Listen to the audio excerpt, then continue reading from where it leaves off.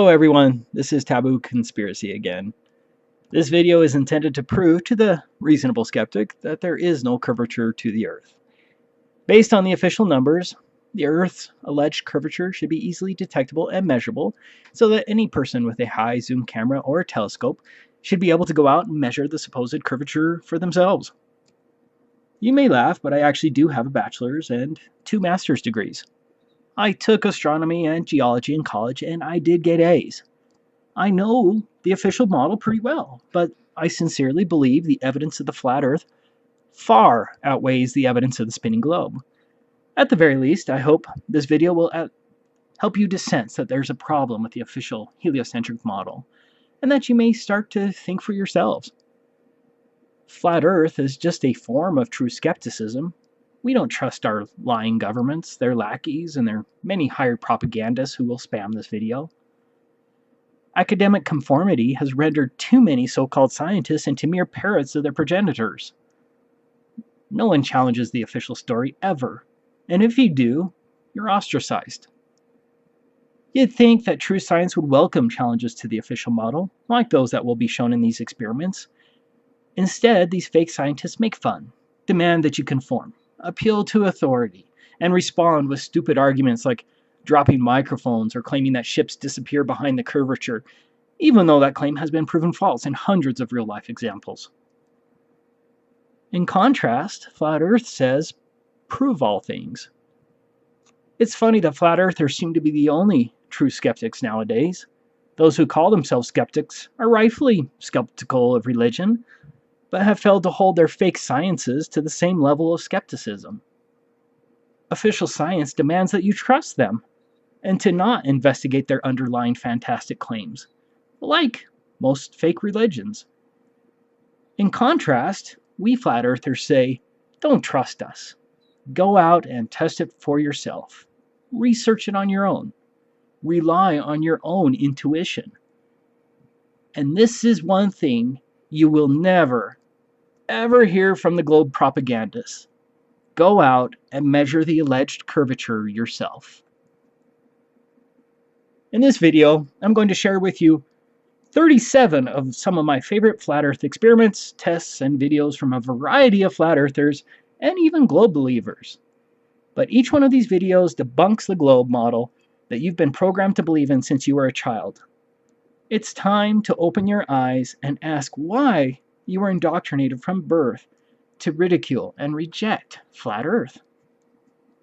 Yeah, I know, it sucks to find out there is no Santa Claus and no curvature, and that everything you've been programmed to believe in is a lie. But that's why we're here, to extend to you our flat Earth friendship, because we were all former globe believers at one time, and we all thought that flat Earth was silly. Unfortunately, due to time constraints, I really had to stop adding experiments, and so I have left out a lot of good tests. I just stopped at 37, but there are a lot more. Please don't be offended if I didn't include one of your experiments. But I do ask all of you, flat Earth researchers, to please leave links to your other favorite experiments in the comments below for everyone to see, and I'll try to add them to the description and make a part 2 to this video as soon as I have another good collection, assuming more than a few people care to watch this long video. But let's get started. We're going to begin with some of my taboo conspiracy experiments as the first 4 experiments. Yes, that's not very objective to include my own tests, but hey, it's my video, so you can go watch something else or just skip forward to number 5. Number 1. My sunset mirror test was my first flat Earth test, and I'm proud of it.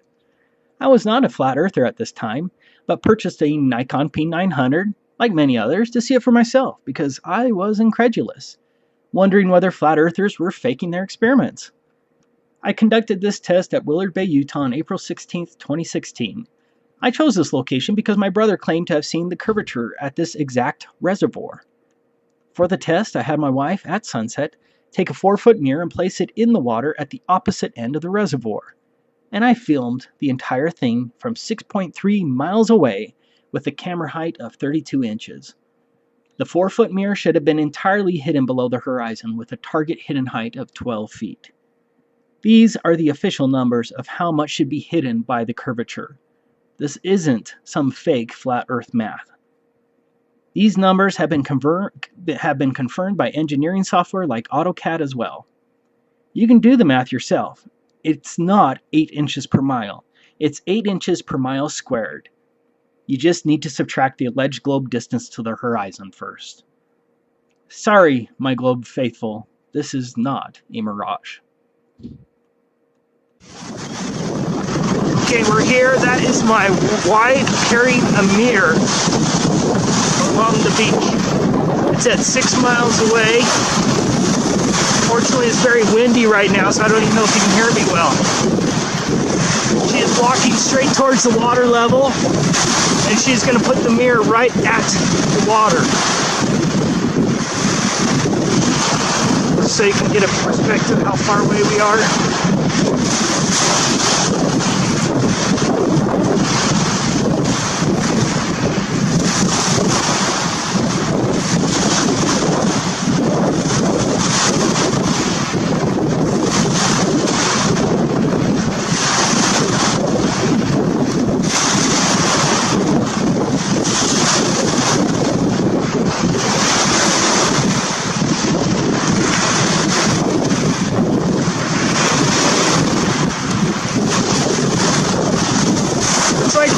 Was right. 6 miles, no curvature. Should be almost something like 16 feet.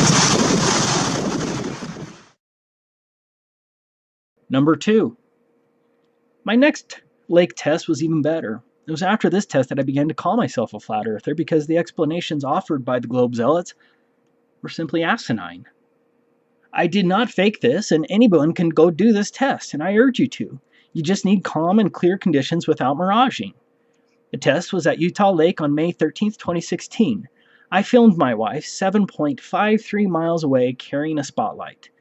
My camera was only 2.54 feet above the water. My wife was able to place the spotlight down at the water's edge and it was still visible. In fact, under the globe model, my wife should have been hidden 21 feet below the globe horizon, according to official numbers. You can even see the light from the spotlight hit the camera lens. Do you really think a mirage could do this? Or did I have a direct line of sight to the other shore line in complete contradiction to the globe model? If it was refraction, why isn't the entire area notably distorted?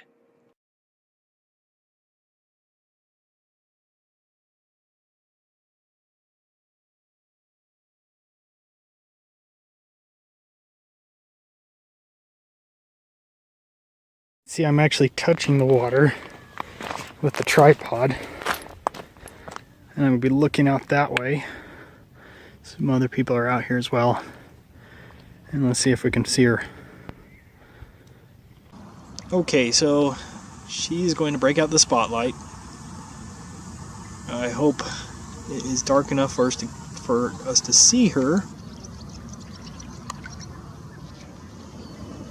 Do me a favor, turn it off for a second. Perfect. That is you. Okay, turn it on. That's just the light. Okay. Wow. That's... Next to the water. Okay, I'm going to do zoom out and zoom in. You know, it's actually bright enough, you can almost see it with the naked eye.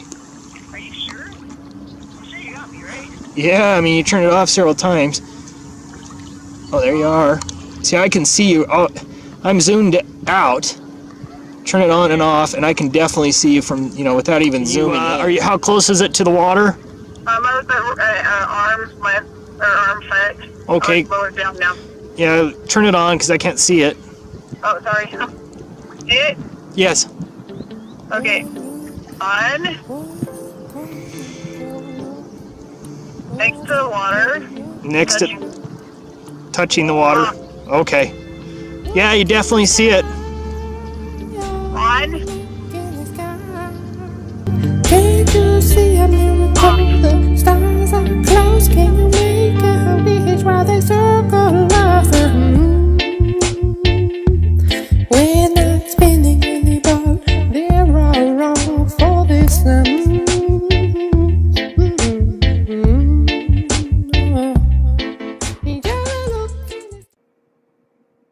Number 3. After that Utah Lake test and over the next couple of years, many globe propagandists argued against my video, claiming that the spotlight was visible due to refraction because of the warm air. So I decided to brave the cold and conduct the same test in freezing conditions when any possible refraction is minimized. This test was on December 9th, 2017. This time, I reversed the locations of my last test and my wife was able to place the spotlight on the ice. I filmed the whole thing. Again, my wife should have been 21 feet below the horizon line, but there is simply no measurable curvature. None. Zero. As you can see, not far off of the water. It's actually frozen there. Maybe it's about 32 degrees, maybe 31 degrees outside right now. My wife will have a spotlight that direction at Eagle Park. Put this, you can see it's standing on the ice right there. There's really no extra inches to be involved here. And the height, about 30.5 inches. Okay, I'm recording. Over that way is Saratoga Springs. My wife will have a spotlight out there.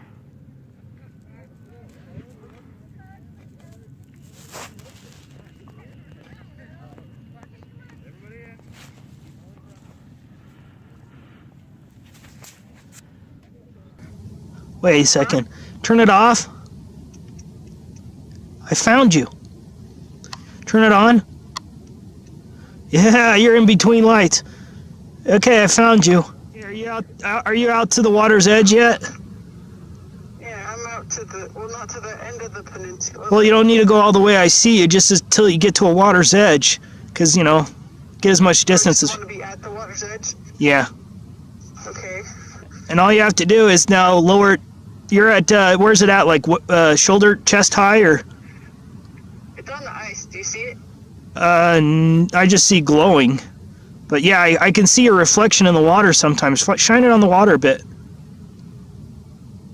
This is shining on the ice. I don't see it. It wasn't shining at you.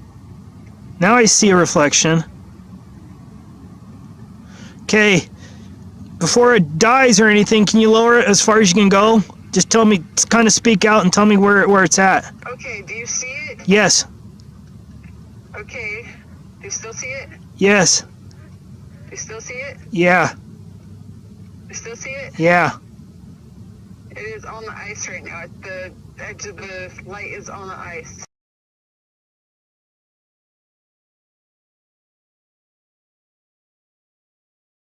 Holy crud. Alright, that's pretty much flat earth. I don't see it. It's on. Okay, I'm gonna keep it on a second. I'm gonna zoom out.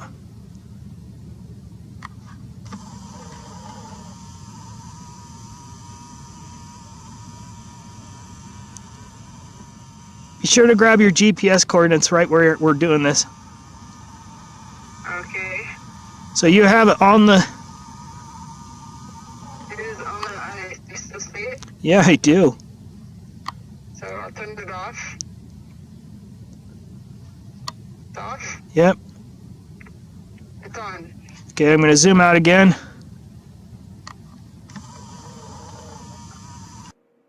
I just want to pause it here to point out something. Many of the globe naysayers have claimed and are still going to claim that the spotlight is refracting over the curvature. But notice that the spotlight is exactly between the lights above the spotlight and the reflections on the water. Now, if you're a sincere globe believer, not one of the lying shills who are paid to deceive you, ask yourself this question: how can all of these lights, at varying distances and elevations, including their reflections, all be refracting and hopping over a curvature without losing that flat mirror symmetry? You can see that there is no loss of symmetry here. Nothing is distorted, and the lights are exactly where you'd expect them to be on a flat plane. And that, my friends, belies the stupid refraction argument.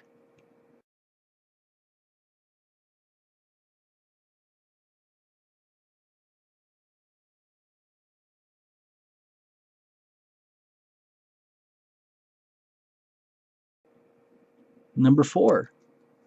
The last test of mine I wanted to include for this video was my horizon test at the Great Salt Lake. Under the globe model, the horizon is a physical barrier for the globe. The horizon marks the point when objects should begin disappearing behind the alleged ground or water. Again, the horizon for the globe model is a physical line. Under the globe model, if you can see the horizon line behind a target object, that means that the target object is not being obscured by any curvature whatsoever. That's a fact. On the other hand, for the flat earther, the horizon is all a matter of perspective. It is a point where the perspective ramping up and the ramping down meet at eye level, which is the horizon line. You can see the evidence of this in a long hallway or tunnel. Interestingly, the horizon is the same point where railroad tracks come together, proving that it is an issue of perspective. But what does the horizon also mean for the globe? It means that no water or the horizon line should ever be visible beyond the mathematically determinable distance to the globe's alleged physical horizon. For example, look at this footage of a distant boat. No objective, reasonable person can claim that this boat is being hidden behind a curvature. Why? Because the horizon line is behind the boat. Remember, under the globe model, the horizon line marks the point when the ground or water mathematically begins obstructing objects supposedly going over the curvature from your point of view. Because the horizon line is behind the boat, then the boat is not being hidden by a curvature. And that's axiomatic. Now, there are several calculators you can use to make the distance to the horizon calculation, including the Metabunk calculator and the DizzyBee calculator. In my test, I lowered my camera to just 3 inches above the water, and the horizon should have been only 0.7 miles away, less than 1 mile. Clearly, as shown in the video, the horizon line is miles beyond the mathematically determined globe horizon. That's a big problem for the globe model. I'll show a few more examples of this. I also want you to ponder the globe argument that refraction caused this phenomenon. They claim that we're merely looking at a horizon mirage that has jumped the curvature. It is nonsense, because that would mean that the peninsula wasn't affected by refraction, but the hump of water disappeared in front of the peninsula, and then somehow the water behind the peninsula jumped up to create a new horizon line miles away, all without any visible distortion. I'm actually really sorry for you if you believe in that globe rubbish. Okay, I'm in the water.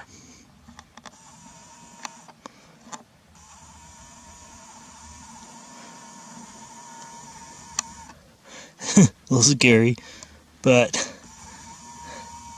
as you can see, it's still very visible. Maybe, 3 inches above the water?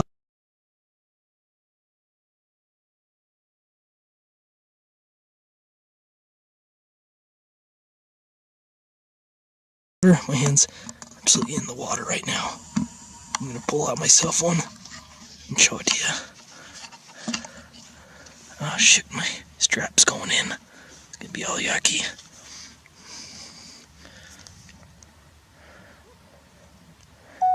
Okay.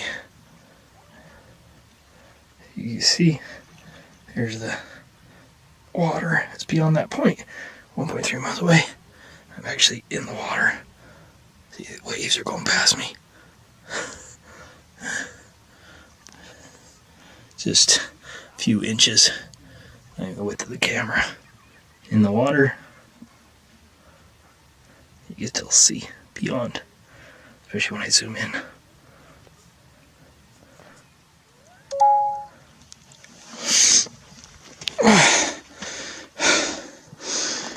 Okay, so I'm sloppy wet now. The camera's still okay. Number 5. Turns out another flat earther in Italy who goes by the name Ricerca Indipendente Terapiata conducted a similar horizon test. In this case, his camera was only 36 centimeters or 14 inches high, and the horizon should have been 2.1 kilometers or 1.3 miles away. Again, the horizon was much further than the globe model allows. Partire anche. Ecco, adesso sono partiti tutti e due i filmati del mio cellulare e della camera, così possiamo far vedere. Allora, il coso è 36 cm praticamente, l'altezza, il centro dell'obiettivo è 36 cm, no? Vedete, sotto tocca l'acqua, perfetto. E vediamo cosa succede. Vi faccio vedere.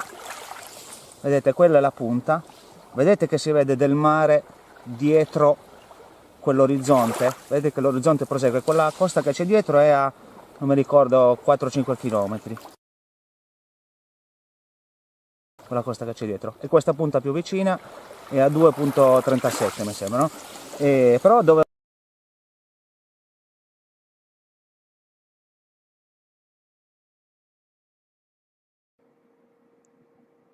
Number 6.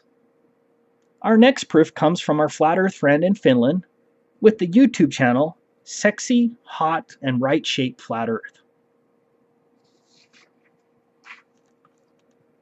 He or she is getting some of the clearest long distance shots that I have ever seen. Using marinetraffic.com, our friend was able to track the distance to this boat to the amount of 27 kilometers, or 16.8 miles away from the camera. You can verify the distance by the fact that the large boat in the front is not visible when zoomed out. With an observation height of 0.6 meters or 2 feet, that puts a hidden amount of 151 feet. None of that boat should be visible. What's even more shocking to me is that the horizon should have been only 1.7 miles away. However, as shown here, the horizon is beyond 16.8 miles. Some have disputed this fact, but they are wrong. Look at the boat on the left, much further away. That is an even more distant boat, the bottom of which is perspectively higher than the big boat in front of it, proving that the horizon was even further than 16.8 miles. So, what would the minimum size of the Earth be with a horizon that is 16.8 miles with an observation height of 2 feet? And remember, the horizon is actually significantly further than 16.8 miles. I have the formula here. A radius of 372,557 miles? Come on, people! Either the Earth is nearly the size of the alleged sun, or the Earth is flat. We're not spinning any boat. They're all wrong for this.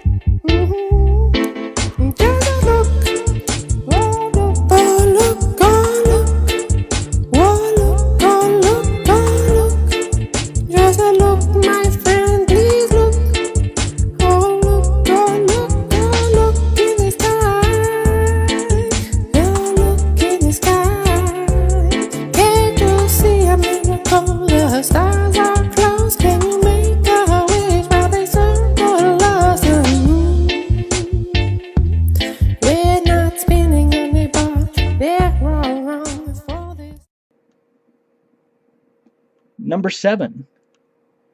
My good friend Wide Awake is a flat earth superstar. Here's my favorite of his. Wide Awake filmed a bird rack that was only 16 feet high from over 11 miles away. It should have been hidden behind 42 feet. Furthermore, Wide Awake has filmed this many times. This is just one example.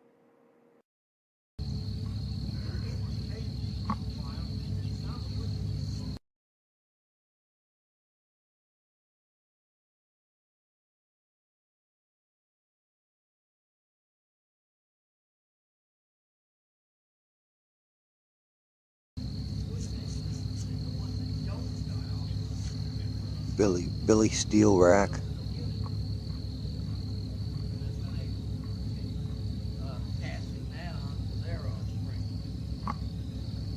That's Cutter's Rock.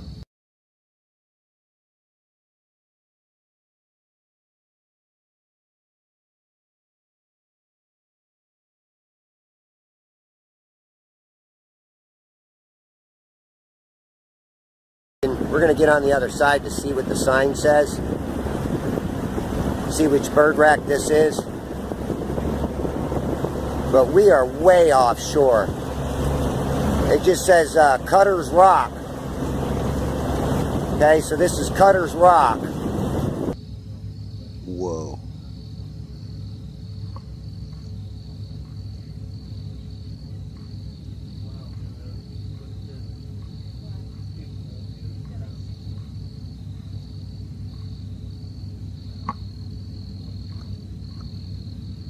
That boat.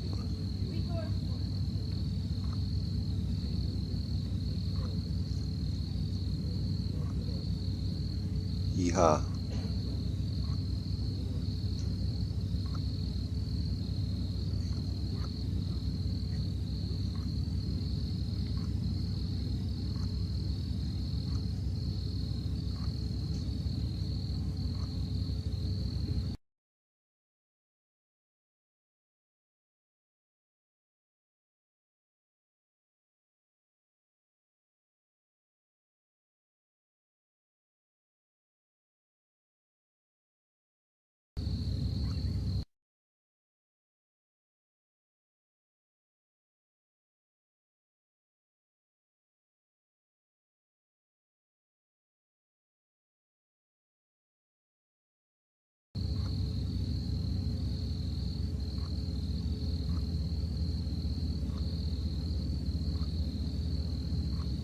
See if I can find it.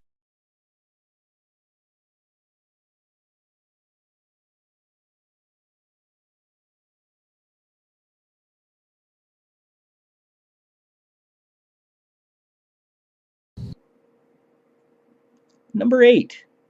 In this next video, Wide Awake got his camera down to a few inches off of the water, meaning the distant bird rack should have been hidden 72 feet below the horizon. Yeah, the bird rack lights are still visible, most certainly defying the gold model. Wide Awake has proven again and again that so long as conditions are clear, the water is calm, there is no mirage, and atmospheric visibility is high, you can see much further than the globe allows again and again. And not only that, but it's on the lowest setting. I can spider this thing out where it sets real low. So it's like 2 feet above the water right now. Actually, it's like 21 inches, but I'll give it 2 feet, being that it's not quite all the way in the water.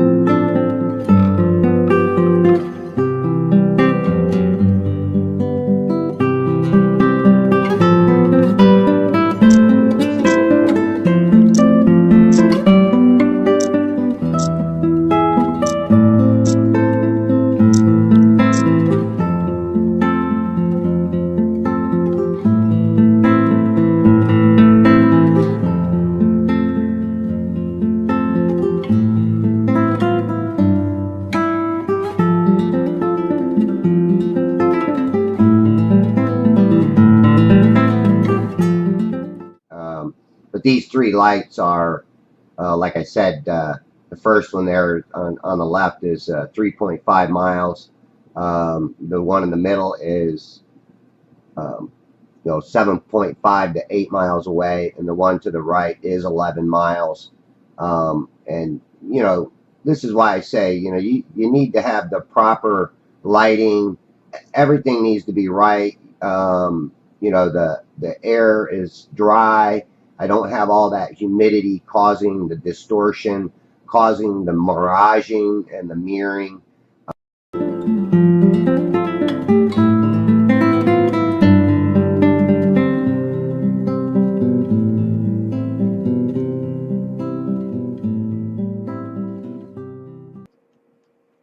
Number 9. Unfortunately, too few people have seen this awesome test by my Australian friend, No Fanfare. Get on No Fanfare's channel and subscribe. I'll try to have all of the links in the description for all of the videos, though. In this video, we're going to take a closer look at the Cassandra ship. I couldn't find the air draft height. That's the part of the boat from the water to the top of the boat, but I did find the extreme breadth. That's from side to side, which is 121 feet. I used a red line to mark it, and then used it as the same marker to determine that the height from the waterline to the red tower is also about 121 feet. Maybe the air draft of the Cassandra is another 20 feet beyond the tower. In all, the Cassandra is about 140 feet from the water to the very top. But in this case, guess how much of the Cassandra should have been visible at 35 miles and an observation height of 158 feet. None of the boat should have been visible, with another 120 feet to spare. Does that ship look like a mirage to you? If you were in the Navy, for example, and told to shoot that ship with a missile or a railgun, for example, do you think you'd instead hit a 208-foot tall mountain of water and that the ship is only a mirage? No Navy manual instructs sailors about the mirage ships that are really hidden behind 200-foot walls of curved water. The refraction mirage claim is garbage. So we'll get the phone on the 4G.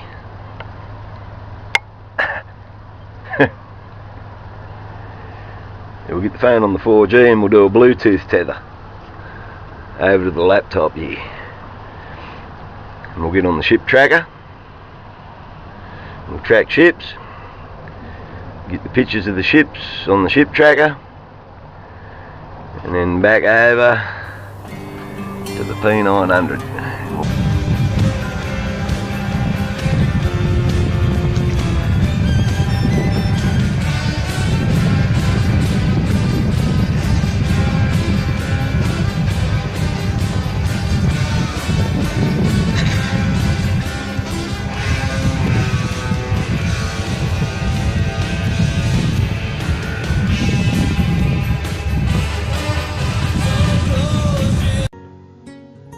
Okay, we have the data from the Cassandra in part 1. The temperature was 23 degrees Celsius, the humidity was 61%. It was 30.7 nautical miles out, which converts to 35.3 statute miles.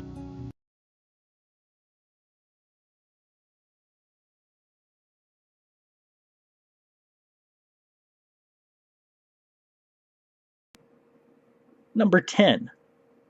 Rob Durham was the first to prove that a high-precision mechanical gyroscope does not indicate axial rotation or curvature. The Globe supporters claim that these high-precision gyroscopes automatically adjust with gravity is preposterous, as such an argument, if it were true, would render the entire function of the gyroscope in airplanes useless. And let's start the clock.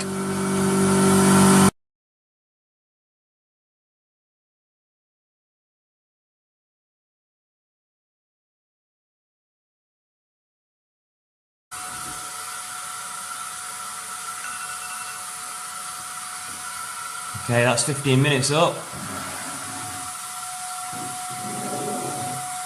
Let's just show that it's still working as it should.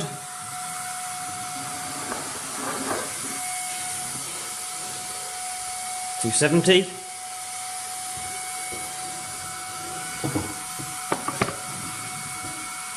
Back to 0. So 0 apparent drift at all. Number 11. John Savage was the first who demonstrated that the mechanical gyroscope was sensitive enough to register a 15 degrees per hour rotation by using a 24-hour clock mechanism to slowly rotate the gyroscope. In short, although sensitive enough to detect a 15 degrees rotation per hour, a high-precision modern mechanical gyroscope does not show any indication of axial rotation, contradicting the far-fetched claims of Foucault and his 1800s gyroscope, where Foucault claimed to have measured axial rotation with a gyroscope. So, Foucault's 1800s gyroscope can measure axial rotation, but the high-precision gyroscopes of today cannot? Where are the globe believers calling for a rejection of Foucault's absolutely fake findings? They don't care about the truth, they care about the globe story. F.E. Core, Seventh-day Truth Seeker, Paul on the Plane, and others are currently experimenting with IMU devices, and we'll have some awesome tests coming up here shortly. Number 12. This is a great test from Fepe Perth in Australia. Here he films a laser that was 9.56 miles away. The laser should have been hidden 24 feet below the horizon. All you need is a couple $100, a camera, and a friend willing to participate, and you can bust the globe. Do you seriously believe that the laser wrapped around the curvature just to present a false flat Earth? Think about it.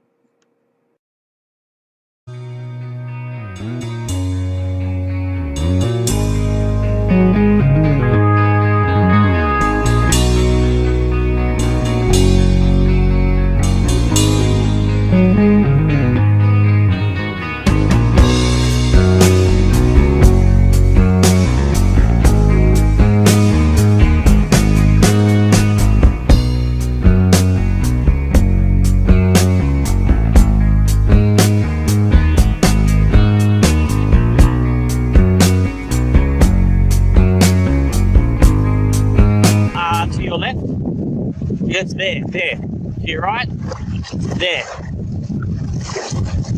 To your left, there. And down a tiny bit. Down a bit more. Yeah. There you go, there. Flash.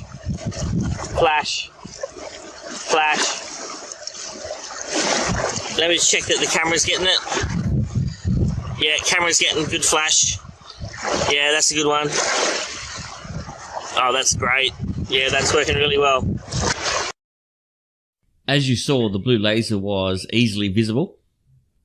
The conditions down at Heron Point were not ideal. It was windy, choppy, and a storm and lightning was forming over in the west. Regardless, we saw the blue laser very clearly. So we had the laser at the tip of the jetty in Port Bouvard, where there is a green channel marker. The nearest landmark is the Port Bouvard Yacht Club. Free Map Tools has this elevation as 1 metre, but we measured it with a tape measure to the water, and it's more like 1.5 metres. We had the laser about 1 metre above the surface, so we estimate the laser height to be approximately 2.5 metres above the water level, as we said, measured with a tape measure. Now, it's a clear shot to Heron Point. There's no obstructions, which is 15.37 kilometres away. The camera was at 0.38 centimetres above the water, measured with a tape measure down to the water surface. So the camera was basically as close as I could get to the water without getting it wet. However, the camera could easily be at 0 centimetres above the water, and you would still see the laser fully. If you can see the laser at 0.38 centimetres, you can see it at 0 centimetres. There is no difference at these heights. You can either see the laser or you can't. So at this distance, 13.6 metres through to 18.54 metres of obstruction from the curve of the Earth is missing. Number 13. The Beyond Horizon website is a treasure trove of flat Earth proofs, and it's not a flat Earth website. However, there are dozens of photographs on this website that belie the globe model. There are many others, but this photograph is the record long-distance photograph of Peak Gaspard from a whopping 275 miles away. With an observation height of 9,252 feet, the entire mountain with a height of 12,740 feet should have been hidden 16,534 feet below the horizon line, but the globe believers will tell you it's a mirage. Number 14. This next picture from Beyond Horizons is my favorite because it is a picture of the Canago from Marseille. What makes the Canago special? First, you shouldn't see the Canago from Marseille. With an observation height of approximately 1,000 feet, the entire Canago should be hidden. Second, and more importantly, many people flock to Marseille to watch this bi-yearly event, meaning so long as the sky is clear, onlookers can watch this impossible globe event twice a year at sunset. Think about it. Refraction becomes a ridiculous counter-argument because refraction would have to be on a tight schedule to produce the same impossible photographs twice a year at sunset.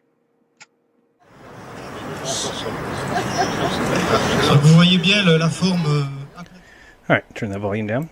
So what we're looking at is a sunset taking place a couple times a year only because it's when the sun sets in this certain location. So we're going to be fast forwarding a little bit here. Well, you can see it start to happen about right here. So keep your eye on this and you'll see that clearly we are starting to see some peaks behind or in front of the sun. And as the sun progresses further along, you're actually going to see it even better. We'll fast forward a little bit. And this is a known observation. And like I said, there's people that actually go out to look at this. People have taken pictures before. So what are these mountains to the globe heads that believe that things magically lift up due to refraction and get placed in at the end of the horizon? Which I think anybody who just really uses their head and not just listens to what people are told, then they'll know that that doesn't happen. That the light does not bend these things up. So we'll keep watching this.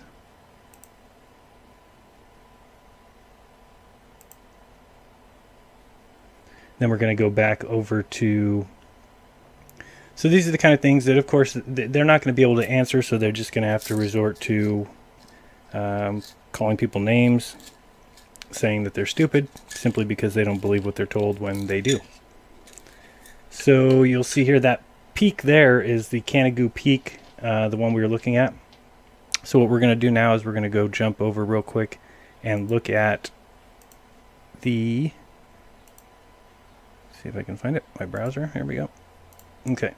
So now we're looking here at the Earth curvature calculator. I put in 1,000 feet at the eye height, even though I believe they report to be less than 800 feet.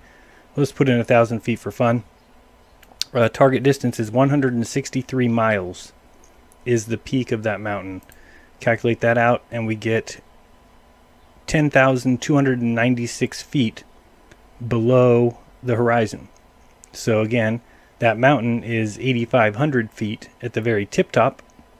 And so you've almost got 2,000 feet extra that you shouldn't be able to see, let alone any of that mountain. Any of it. Not just, oh, we shouldn't be able to see the tip, or why are half the buildings blocked, or all the nonsense from the Michigan to Chicago site. This one here is absolutely, completely, and totally impossible in any real-world situation. Number 15. I love this video from Grotto 1 and shared by Globebusters because it was one of the best early laser tests. On his snowmobile, Grotto 1 filmed a laser at his feet that was 7.3 miles away at a height of 2.4 feet. That should have been impossible with a curvature drop of approximately 21 feet. Due to this video, the Globe supporters have now had to change their story from test the curvature with a laser to the laser also magically follows the curvature due to an unproven globe-removing force called refraction. Even in freezing conditions, the Globe supporters will always scream refraction because they have nothing else to help them maintain their globe illusion. So this is the laser here, just this little black box. and it runs on 12 volts. So I've got it attached to a telescope, which I use as a collimator lens, and I use the telescope to adjust the size of the dot or the beam. And the plan was to try and keep the laser at my back. Occasionally you will see the laser shining on the sled, and sometimes I would lose the laser a little bit, and I found by looking around in the dark I could see where the beam was and then move the sled in line with the laser again. Sometimes I would lose the beam a little bit extra, and I found that by looking back I could always see that little green dot off in the distance and then see where the beam was going from there, and then I would find the beam again and keep going. So right now I can see the laser reflecting off the snow right here.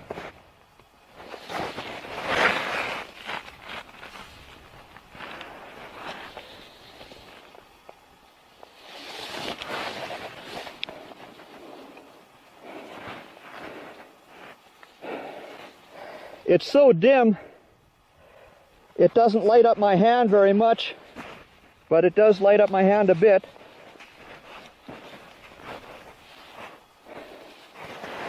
And the snow here where I'm walking with ice underneath is being lit up by the laser.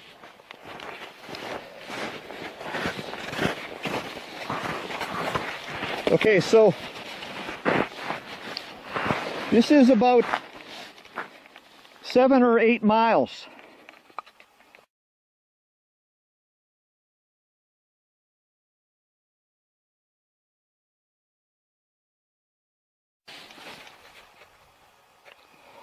So that's the laser, like 7, 8 miles away. So once again, 7.5 miles, and now I've dropped the observer height for the laser down to 2.4 feet. And then look what that does at the other end. So there should be 20.93 feet of hidden curvature at the far end. So these illustrations, they're not done to scale, and the angles and such, they're not done correctly. So if you look, for example, if this is 2.4 feet at this end, then comparatively speaking, then this end to scale should actually be higher. I'm not sure, somewhere up higher in there. So also in this illustration now I've drawn in the ice level here. So I found this very interesting, how I did not have to try and figure out a way to elevate the camera way up high, somewhere in this area, to get a visual on the originating source of the laser way off in the distance. So instead I had the camera way down low here, in this area somewhere, and to give you an idea where that is, see, that's actually lower than the level of the laser. So I had that camera sitting about 10 inches above the ice, so that is estimated. It could be a little higher, but the point is I didn't have to climb, you know, a tall tree behind me in the bank somewhere and then try and get a visual on that laser. Like, no, it was like down. Number 16. No flat Earth experiment list is complete without recognizing Samuel Rowbotham's Bedford Canal level experiment.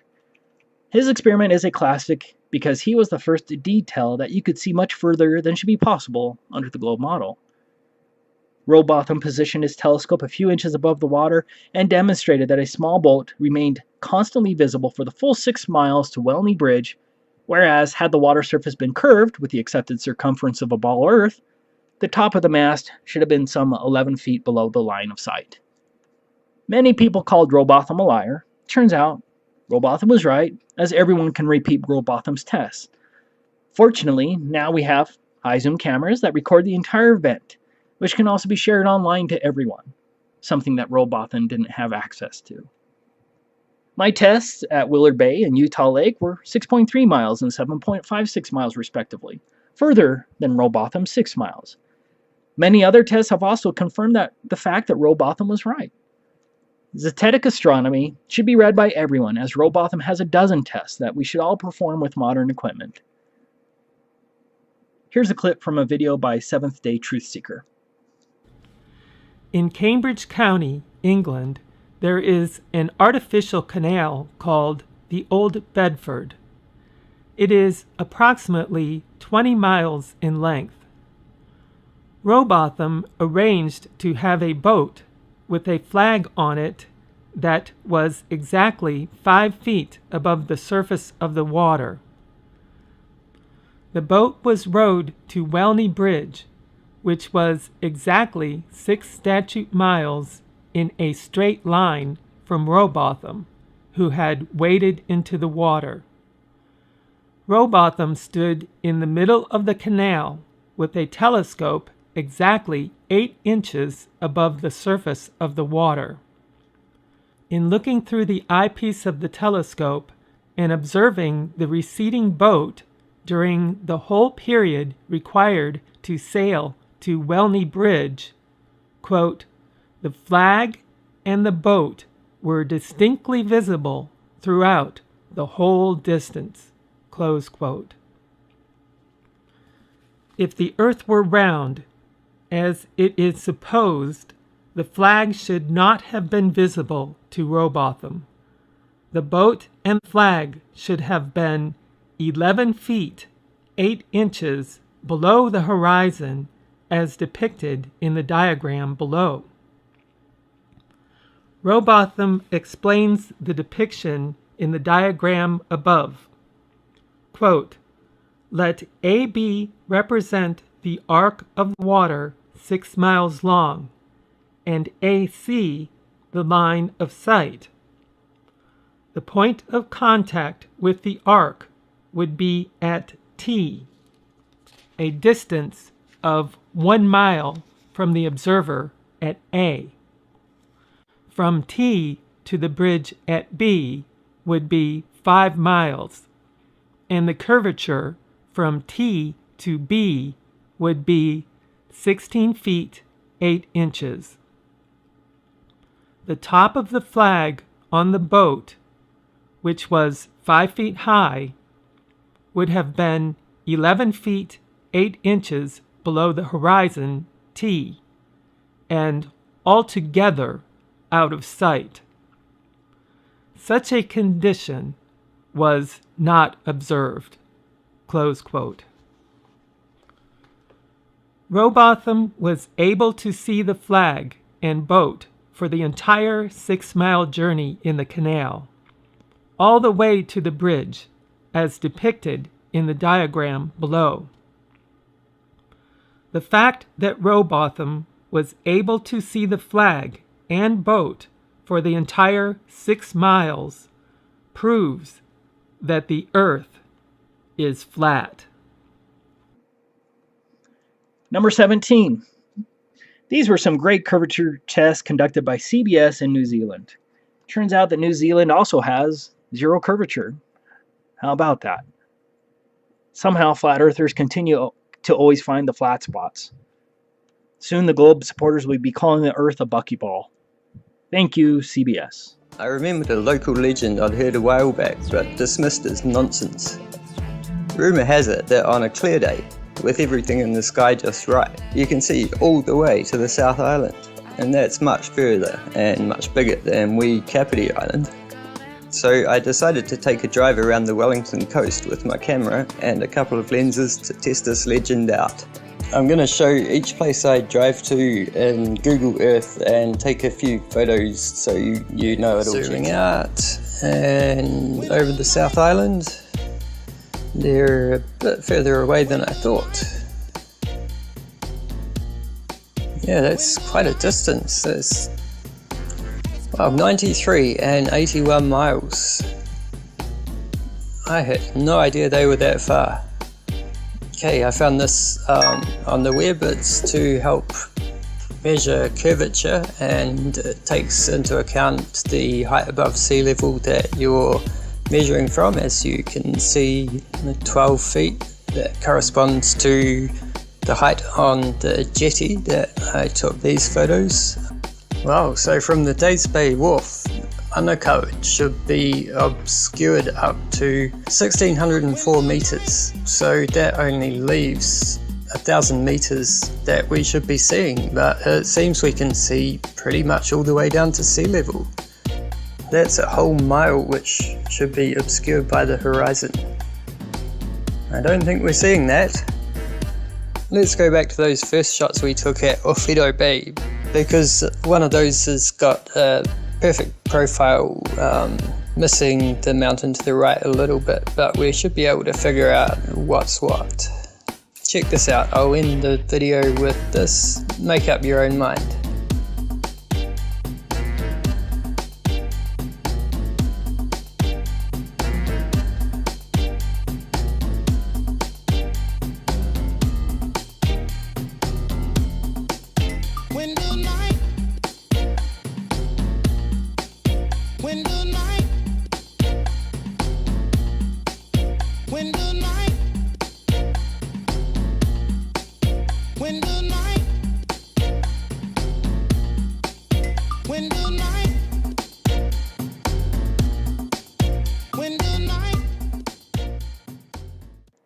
Number 18.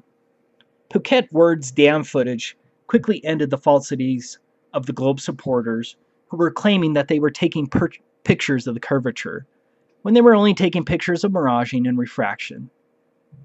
Yep, those Globe supporters are a bunch of damn liars, and they know it. So by putting the camera on the ground, we get a similar perspective to that of someone standing on the shore watching a ship go off into the distance across the sea. Keeping in mind that while any surface in nature can be flat, it will always be rugged and never completely smooth like an artificial surface. So first off, we can see this optical phenomenon going on with the railings, which is exactly the same as what is seen in photographs of the causeway and the power lines going across Lake Pontchartrain in the United States.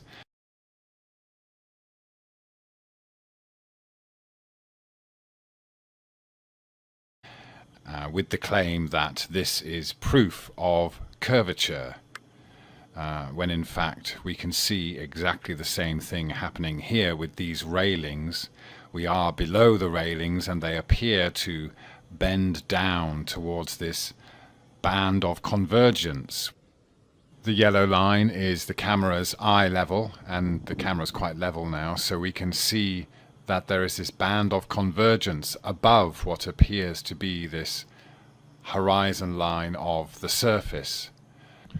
But this horizontal line is not where the surface begins to curve away from us in any way. It is just as far as we can see from this low perspective before the surface beyond it begins mirroring. This photograph of a fjord taken in cold weather shows the same optical phenomenon happening at the horizon. The purple line shows where the surface actually meets the shore on the other side of the fjord, but then we have this mirroring beneath that and going down to what appears to be the surface of the water. Even with a relatively high perspective above the ground, we soon get this mirroring and convergence.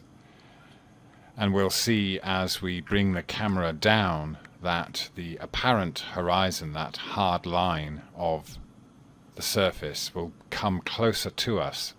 The lower we go, the closer the horizon over a flat surface.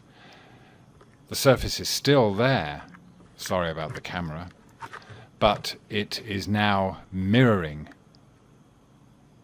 And as we lift the camera up again, we'll see the mirroring receding and going back posts into the distance, and the railings are now following the laws of perspective. But as we go down, the railings get swallowed up in this band. As this cyclist rides off into the distance across this flat surface, we'll see the same phenomenon that we observe with ships going off into the distance and assumed to be going down a curve, when in fact we can see that his feet and wheels are now disappearing, but he is also being mirrored by the surface. So we have the surface mirroring half of that, and the actual rider still on the surface and being observed. even though we cannot see his lower half very clearly. And as he gets further away, there'll be this kind of separation of the two, and we are left with just this top half that seems to be floating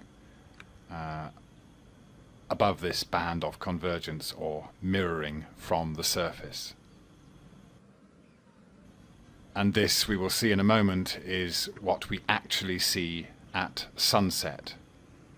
We see the sun not going down below this apparent horizon of the surface, but we see first this mirroring, and then as it gets further away, it just disappears, just like the cyclist. Number 19. In my opinion, BMLSB 69 set the modern precedent for flat Earth tests. I recommend that everyone approach these tests methodically, showing camera height and actual distances with coordinates. BMLSB 69 has busted the globe many times.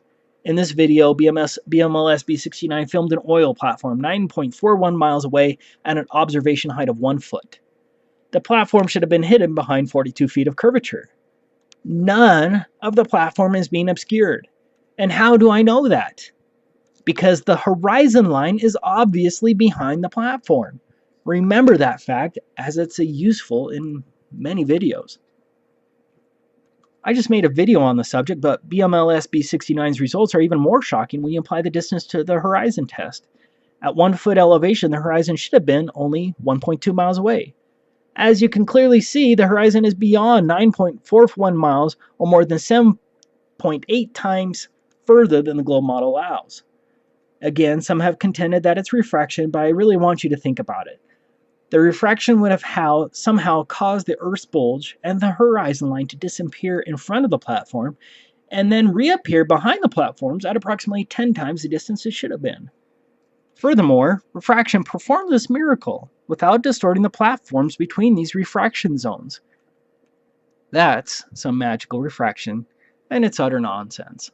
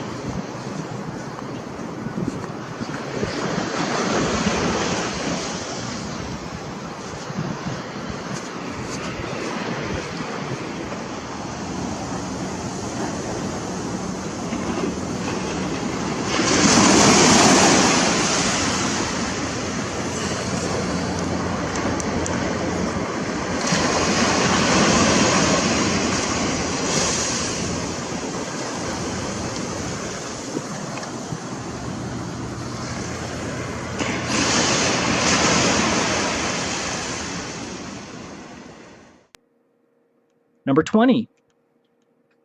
We all remember the lying weatherman who claimed that we were all looking at a Chicago mirage.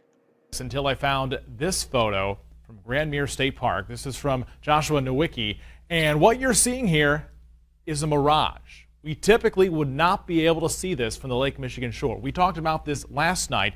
Conditions are right on the lake that we're actually seeing a mirage of the Chicago skyline.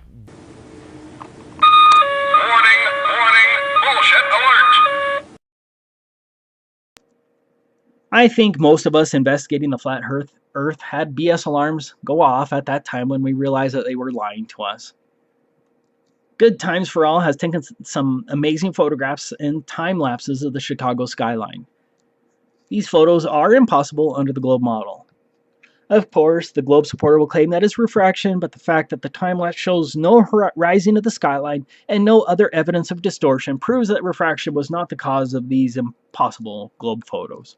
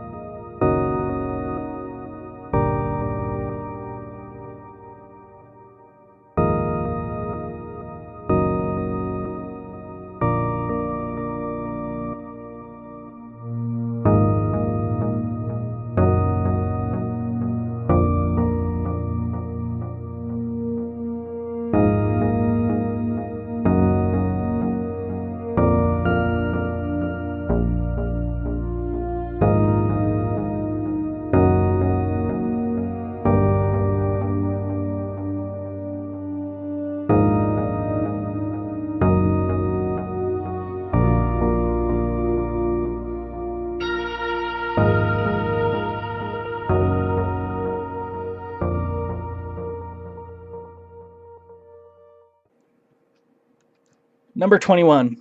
My good friend Sleeping Warrior, aka Anthony Riley, has been out testing the globe many times. He usually spends his time fighting with the globe shields, not my favorite thing to do, but this was my favorite footage from Anthony. Lying on the beach with the camera on the sand, Anthony filmed these land masses 34 miles away that should have been hidden by approximately 700 feet below the horizon.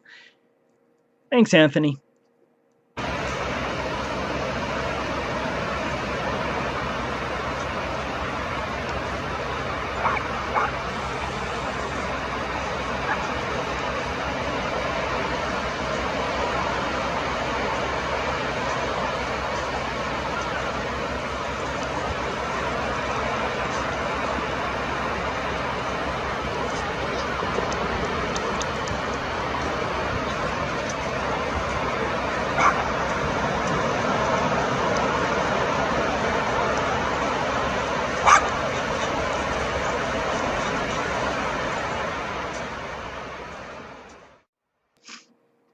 Number 22. Adam IFE has a lot of great videos, but this one has always been my favorite.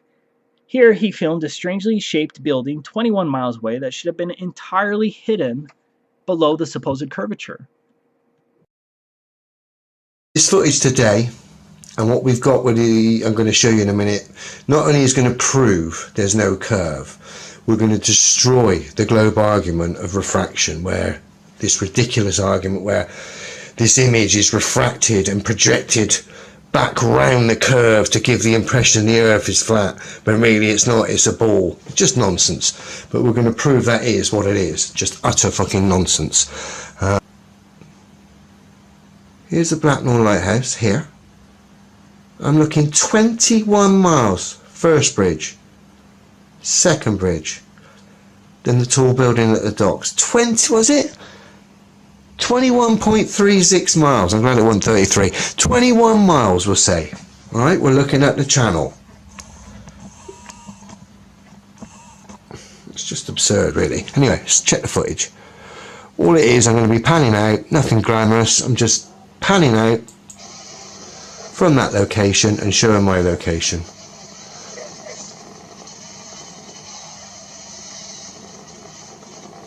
Panning out. All the way out, all 21 miles away. I'm looking, this is the concrete base I'm stood on, which is what the lighthouse is on. I'm looking down onto the beach, which is probably 8 to 10 feet down there. When the tide comes in, it'll literally come near enough up to the top of that wall. There's the tripod, which is probably 4 feet tall, and here's the Blacknall Lighthouse. Okay? And I'm coming down onto the Nautical Training School, which is just set back. Sorry about that, a bit glitchy there. Bits just set back. But ultimately, I'm right on the beach, yeah? I'm right on the sea. So we're seeing that building from 21 miles away. If we run that through the curve chart, let's see what we come up with.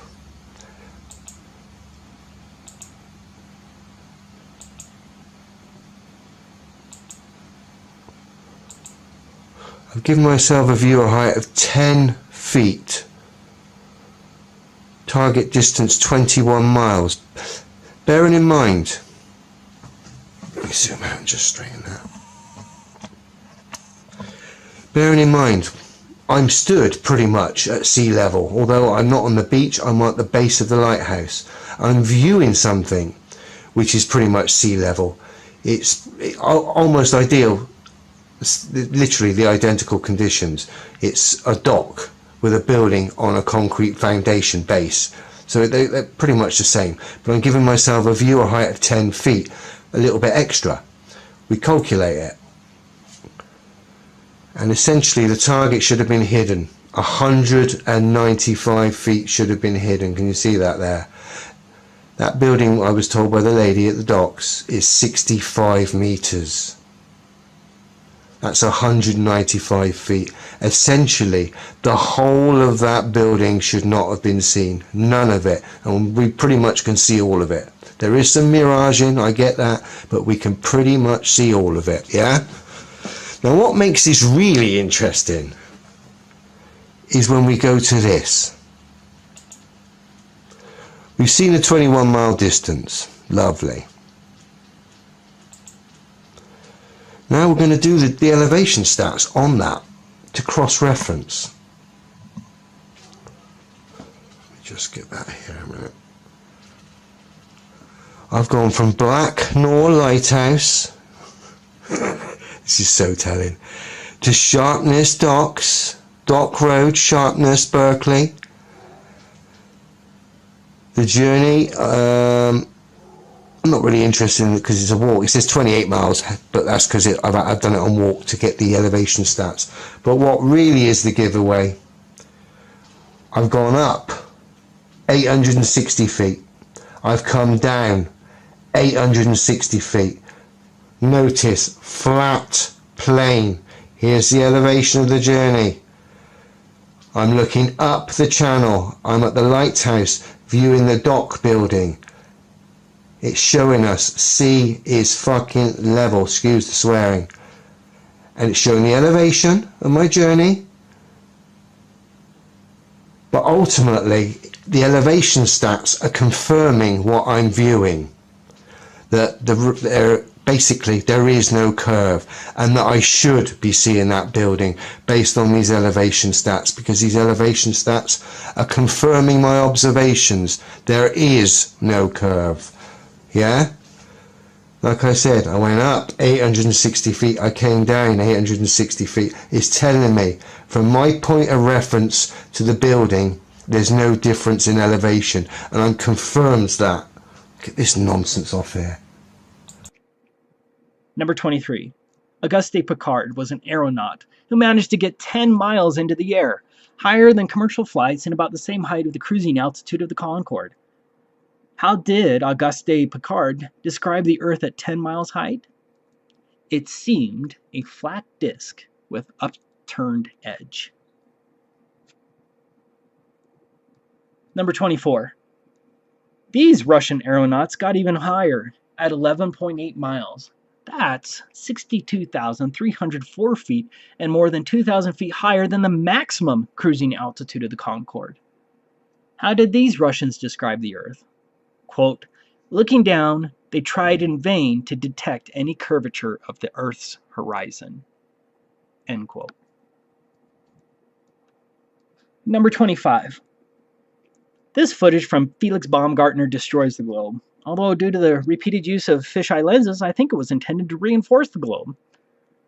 Felix allegedly got higher than 128,000 feet. Most importantly, the visibly flat horizon didn't drop one bit, as shown in this video. That shouldn't happen on a globe. The lying globe shields have nothing to counteract this argument. I have to add one more thing about the Felix Baumgartner jump and the other aeronauts and the weather balloons for that matter. Felix proved that the Earth is stationary. It took him 2.5 hours to get to 128,000 feet, and the Earth is supposedly rotating at approximately 1,000 miles per hour below. Felix should have been floating over the Pacific Ocean by the time he jumped. The globe supporters want you to believe that the atmosphere is inexplicably and uniformly velcroed to the Earth and moves with the Earth like the spokes on a bicycle wheel. That would mean that the Felix's capsule had to speed up to keep up with the ground moving faster below it. Common sense and fluid dynamics tell us otherwise, as the upper atmosphere with no friction should most certainly rotate slower than the ground below it, like a whirlpool, where the outer edges moved much slower than the center. Similarly, volcanic plumes shoot straight up in the air and are not affected by the supposed 1,000-mile-per-hour rotation of the ground below the plume. Yet, globe supporters want you to believe that the rotation of the Earth is proven through an imaginary Coriolis effect and Foucault pendulums. There is simply no evidence that the ground is spinning. I wanted to share with you a quote from Dr. Carl Scheffer, a physics professor. But we know of no body, the parts of which have much less connection with each other than is the case with the air. The air layer next to the Earth, really dragged along by the communicated motion, would not be able to communicate its motion to the layers above it, for the simple reason that it stands in no connection with them. These upper layers must therefore remain in their place, or, which would signify the same thing, would apparently flow westward with the same rapidity with which the Earth is said to rotate to the east. Now, Since a point on the equator, if the Earth rotates on its axis in a day, must move eastward at the rate of 1,250 feet a second, the air would similarly move 1,250 feet westward in a second, which would more than 10 times surpass the velocity of the most fearful hurricane. We cannot perceive the rotation of the Earth in any way. We cannot demonstrate it. There are no air currents which we can justly regard as or even supposed to be consequences of this rotation. These facts ought to be proof enough against the existence of a rotation of the Earth. Must it not appear almost absurd in us, preoccupied by which they have taught us in school, to accept a theory of the rotation of the Earth which neither is nor can be proven? Must we not wonder at the readiness of the learned of nearly the entire world from the time of Copernicus and Kepler to accept the conception of the rotation of the Earth and then search afterwards, now for nearly 3.5 centuries, for arguments to maintain it, but of course without being able to find them? Dr. Carl Sheffer, The Earth Stands Fast, 1869, physics professor.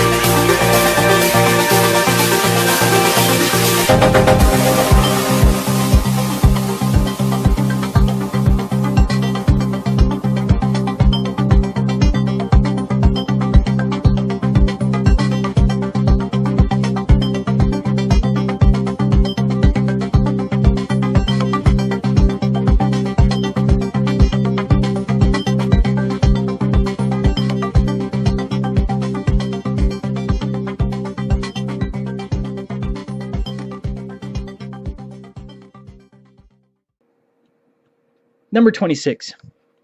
If you can't tell, I like methodical tests a lot. David C. James did it perfectly here as he took these impossible globe photographs of Worm's Head in Wales.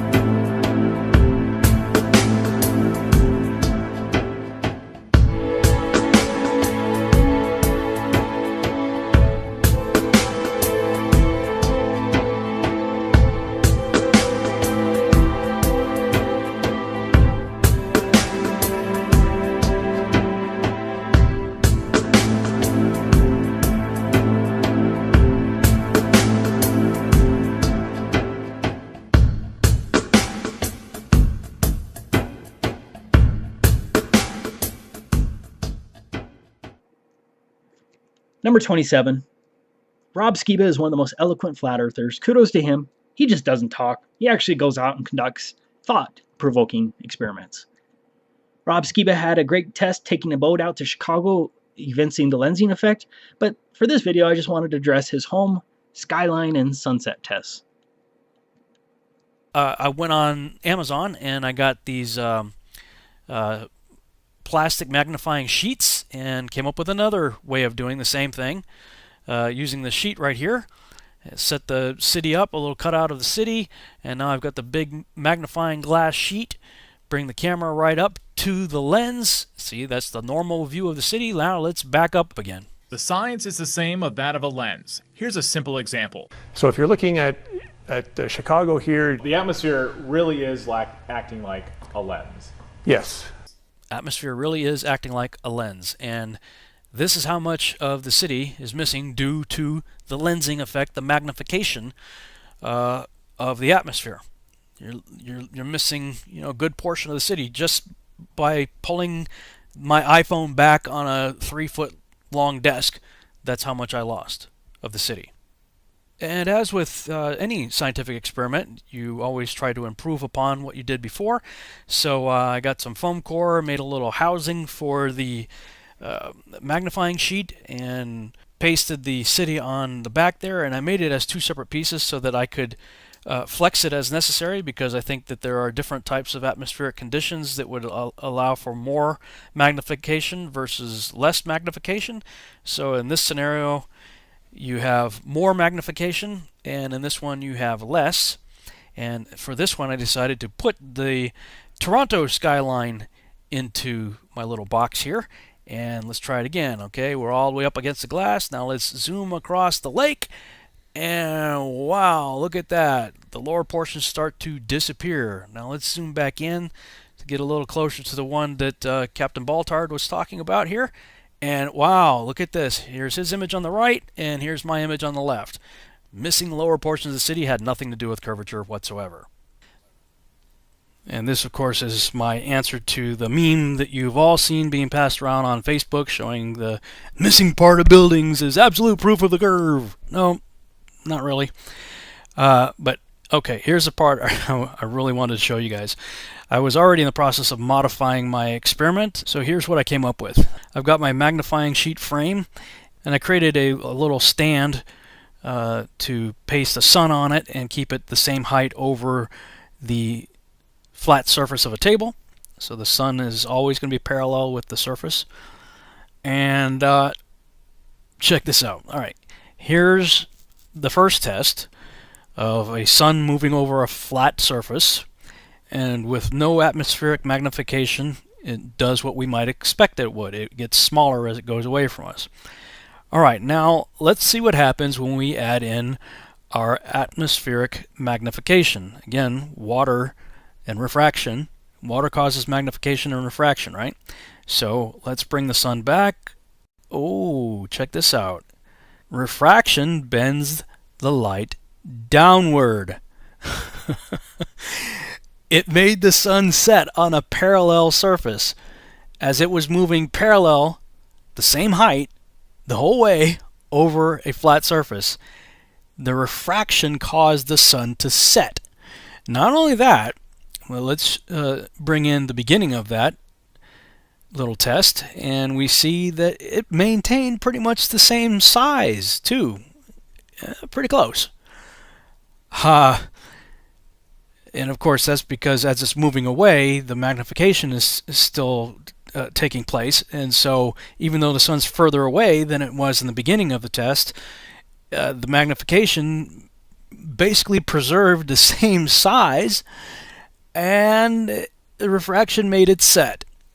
Now, I'm just going to put forward a crazy idea for you to think about. And that is, if Rob Skiba could figure this out, I'm just going to go out on a limb here.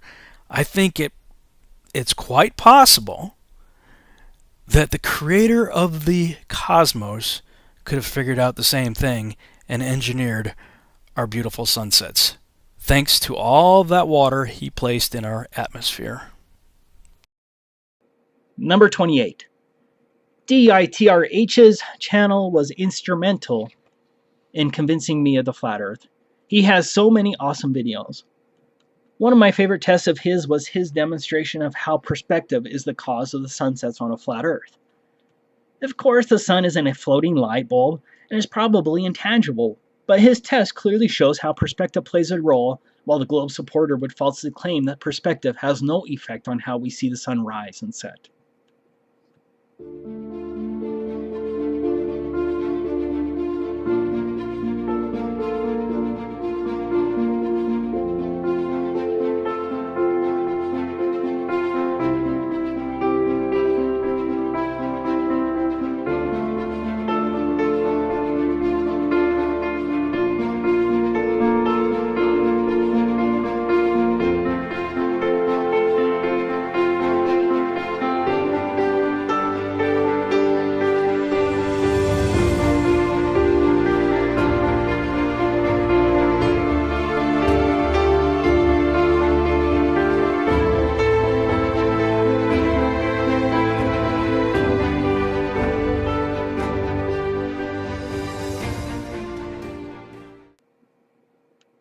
Number 29.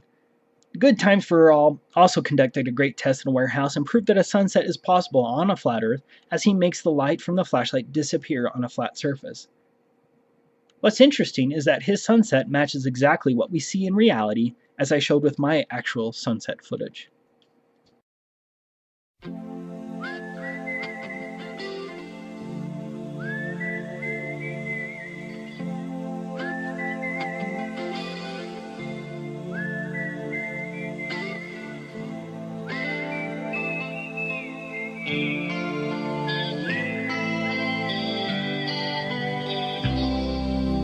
Follow the Moskva down to Gonky Park, listening to the wind of change.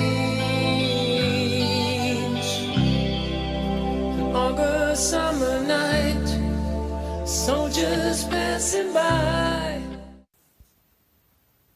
Alright folks, this is really neat. You gotta check this out. The light is all the way on the ground. As you saw, I laid it down. I'd really like to be able to measure the exact distances and the angles, like precisely, to see when all this stuff starts. Here you'll get the mirroring effect at this distance. It's really neat because when you focus in on just the light, all the stuff in the background goes black, almost like a solar filter. And the objects converge, as you saw. And now here is really cool because it starts setting like a sun almost. The bottom is getting cut off. And it gets more and more. This one was a little out of focus when I snapped it. But as you can see, as I kept going, there was more and more the bottom was getting cut off until eventually you just don't see the light anymore at all. I'm not really, they keep saying, show me a setting sun, here you go, on a flat plane. And the light gets even less and less and less to where you barely see anything. And then finally the two mirroring images can converge on each other. And there you go, the sun is set.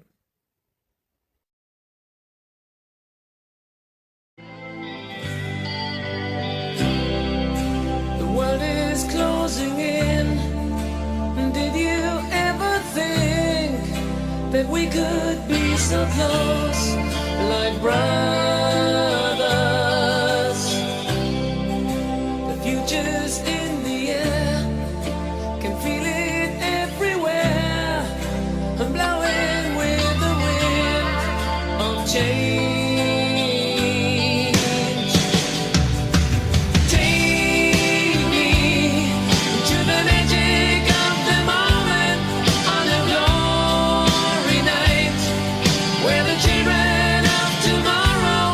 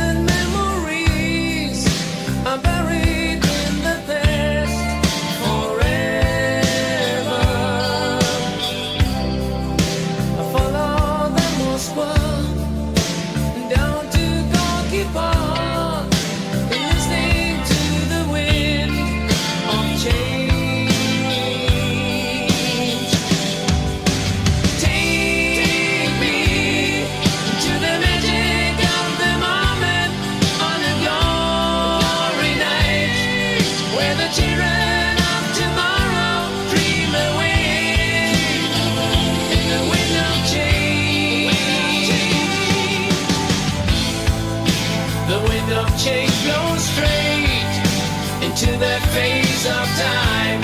Like a storm wind, then we ring the freedom bell for peace of mind. Let your body like I sing what my guitar wants to sing.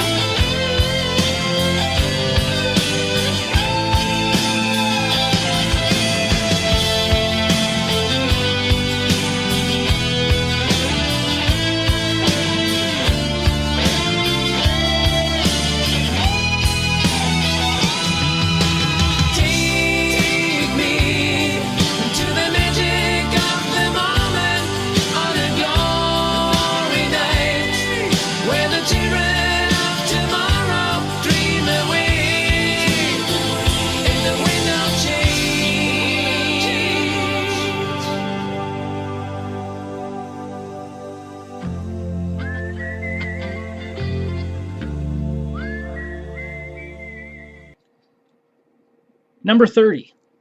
The people who launched the little piggy balloon probably weren't flat earthers, but that didn't stop the truth from spreading. What did the little piggy footage at 121,000 feet prove? Well, it proved we've been lied to again and again, because none of us ever saw footage like this until YouTube came around. Our flat earth is beautiful, and a little piggy opened my eyes in a big way. Again, it shows that the earth is not spinning at approximately 1,000 miles per hour.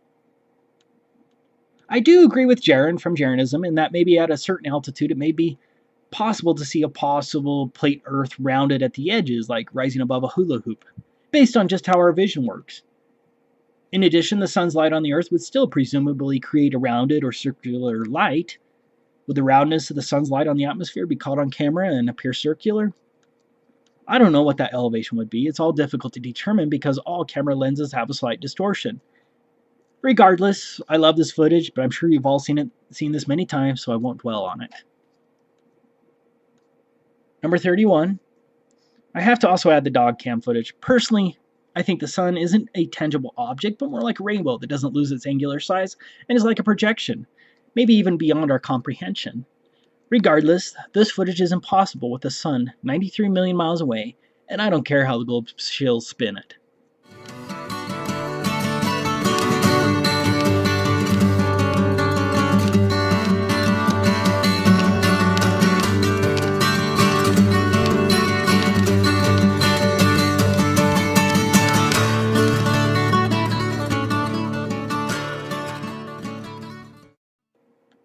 Number 32.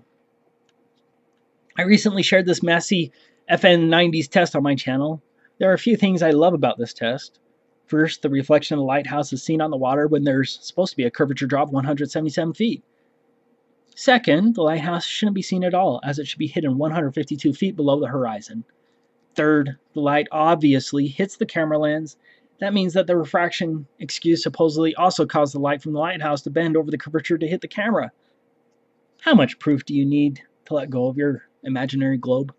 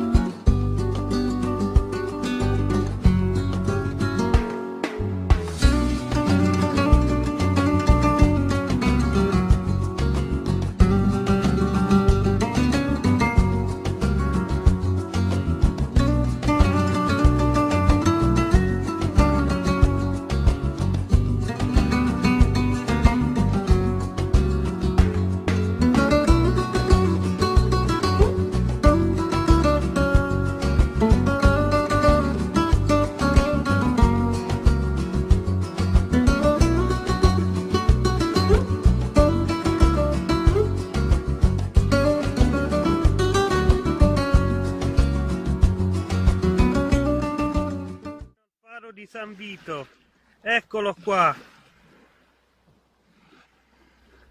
Guardate, riflesso lungo, guardate. This is Houston. Say again, please. Houston, we have a problem.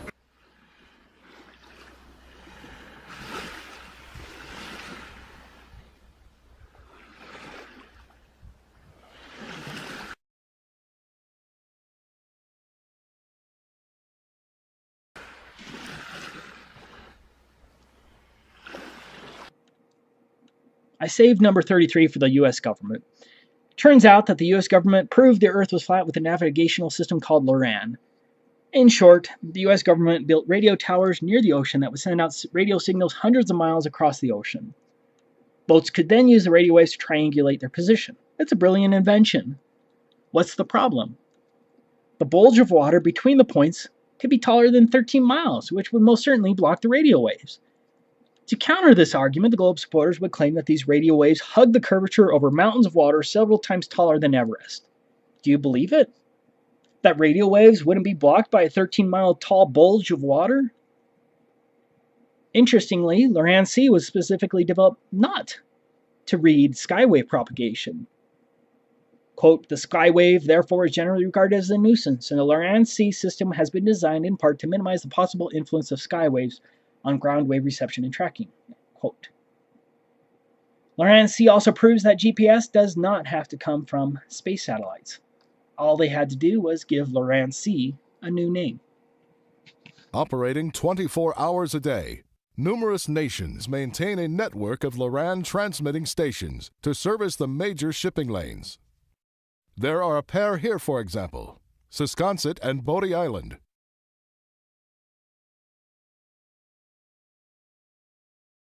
One is known as the master station, the other is the slave. For a moment, consider these two stations operating as a synchronous pair, simultaneously emitting short pulses of radio energy. Leaving both shore stations simultaneously, a pair of pulses travel out into space, in all directions, at a constant speed, roughly 186,000 miles per second, or the speed of light. Plus, the pulse from the closer station will reach the ship an instant before the pulse from the other station.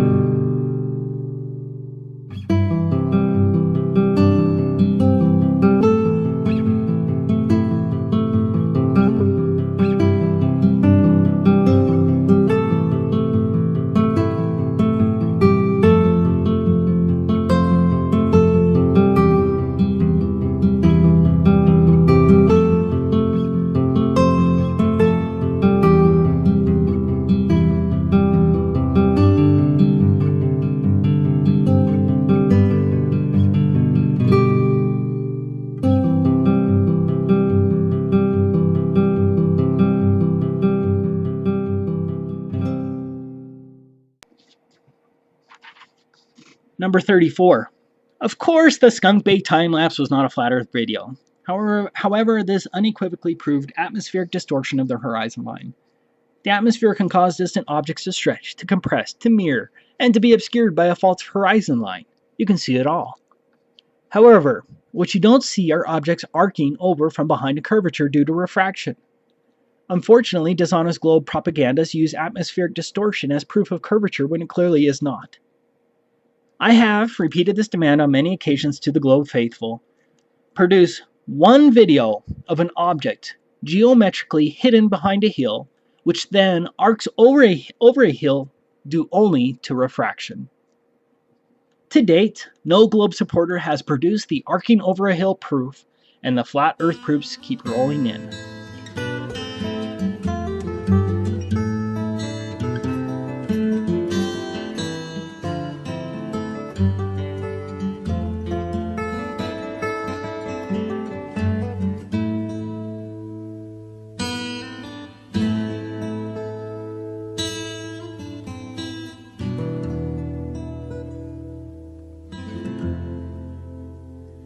I wish I was on yonder hill, 'tis there I'd sit and cry my fill, until every tear would turn a mill. Number 35.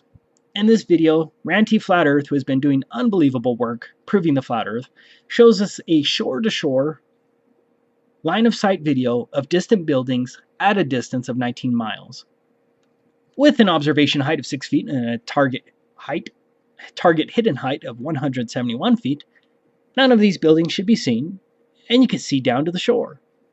Furthermore, Ranty takes these videos on a very frequent basis. The claim that magical but unprovable over the curvature refraction is perfect every day is just asinine.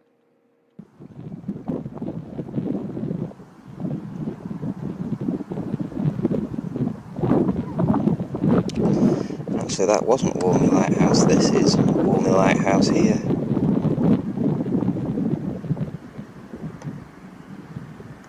It's astonishingly clear today.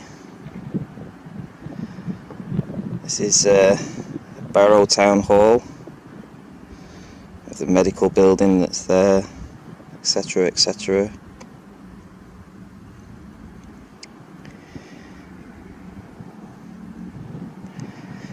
Here we have a direct line of sight, shore to shore, of the Barrow buildings, some close to 19 miles away today, off the sun. My elevation above actual sea level right now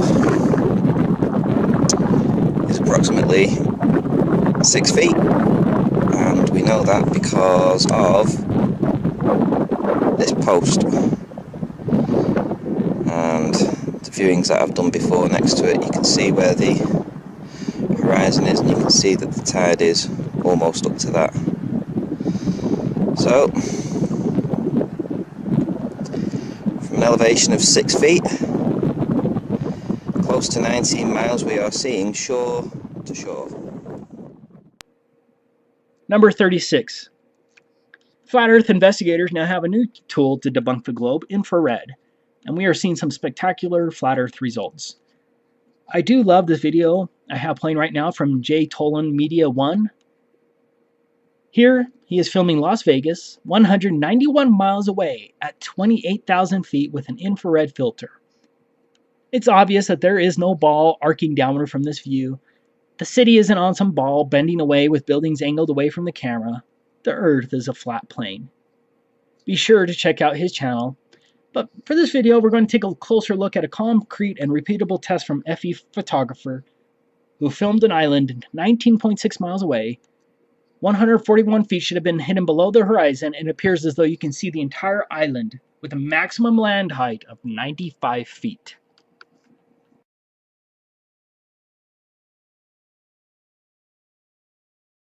In this regular photo, you're able to see a lot of Clark Island, and you can see the green buoy channel marker on the left-hand side as well. And in this infrared photo from the same location, you're able to see better detail in the trees and the island itself. So infrared definitely makes a difference when it comes to showing detail when we compare these two images as seen here. Now, using an Earth curve calculator with an observer height of 17 feet and a target distance of 19.59 miles, we get a hidden target height of 141 feet. Now, as I stated before, the island has a maximum land height of 95 feet per Wikipedia, plus a maximum tree height of approximately 100 feet, and this is being generous for a tree height in the islands. So if we go worst case scenario, the island is approximately 195 feet tall at its highest point. If you look at the hidden target minus the maximum height of the island, including the trees, there would only be 55 feet of treetops that you would be seeing above the horizon as shown in my example here. Yet you can make out all the different types and shapes of trees and even what appears to be a rocky dark coastline of the island. Now let's take a look at Clark Island from Orcas Island looking west, and you'll notice the lower portion of the island between north and middle and how they compare to the infrared picture, and also notice the dark edge coastline. To me, this is clear evidence that there is no curve. The infrared image clearly shows the shape of the island, individual tree shapes and sizes, and even a rocky coastline. At a distance of 19.59 miles between the two locations, the globe map tells us 141 feet of the island should be hidden from view, but it's not from what I can determine. As many others will say, including myself, don't take my word for it, go test it and see what you can come up with. It's only through personal observation and testing that we can truly start to see the world around us. Finally, number 37. I saved one of the best tests for last. FE Corps is setting the new standard for flat Earth testing, but they are not taking away everyone's responsibility to test the Earth themselves. Although FE Core has many tests planned, on April 22nd, 2018, FE Core achieved witnessing a laser 25 miles across a body of water. A whopping 298 feet should have been hidden below the horizon, meaning that the laser should have only been visible on top of a building like this, the Central Tower in San Francisco. However, FE Core didn't need to climb up a skyscraper 298 feet tall to see the laser. They observed the laser at only 5 feet above the water. The alleged curvature of the Earth simply doesn't exist. Importantly, FE Core took all of the refraction measurements, and as suspected, the refraction correction was negligible. What's the Globe Zealot excuse now? Gravity? FE Core has an upcoming microwave test that will be awesome as well. Visit their website, subscribe, and join, as the equipment costs a lot and we could use a lot more voices there. That's the end of my video. I apologize to all of the many great flat earthers and their tests I failed to mention. I had to stop somewhere. In actuality, this video was meant to be a top 10, but I couldn't stop. Again, please share all of your best testing videos in the comments. I'll keep checking the spam filter over the next couple weeks. I want to make sure that everyone has a chance to see your flat earth experiments, and I'll try to make a part 2 to this video if anyone cares. Also, if at any time you have a small channel and have conducted a great flat earth test, please let me know, and I'll try to share it and advertise your channel as well. I don't have too many subscribers, but I love to help others spread the word. Although I support organized groups like FE Core, I primarily support the grassroots experiments of the flat earth, which makes this so awesome. Together, we're busting the globe. Please, no more leader worship, as leaders can lead you astray. As always, you're welcome to copy, share, edit, or do whatever you want with this video. I just plagiarized a bunch of other people anyways. I'm going to close with Amber Plaster's beautiful Flat Earth song that really touched my heart, and it still gets to me. May the Lord bless you all with knowledge, love, kindness, charity, and an unquenchable desire to know and share His truth, whatever it may be. Thank you. Hello, it's me. You know, indoctrination started while we were still naive, programming our beliefs. And that inertia is the reason we don't feel the earth spinning. Hello, can you hear me?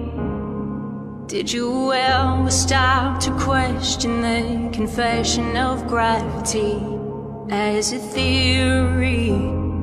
Funny thing, force alone can be explained with buoyancy and density. The sun is closer than what they've told us, not 90 million miles away.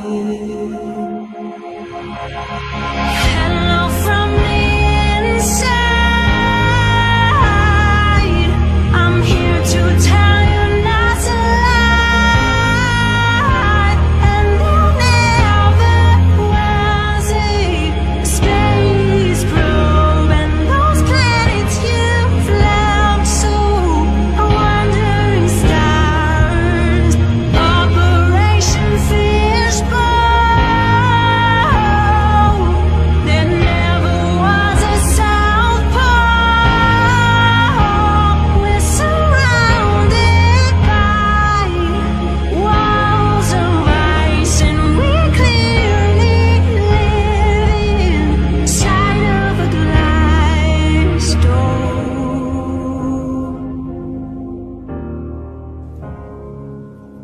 Hello, how are you? Did you get a chance to join Flat Earth and Globe discussion group to discover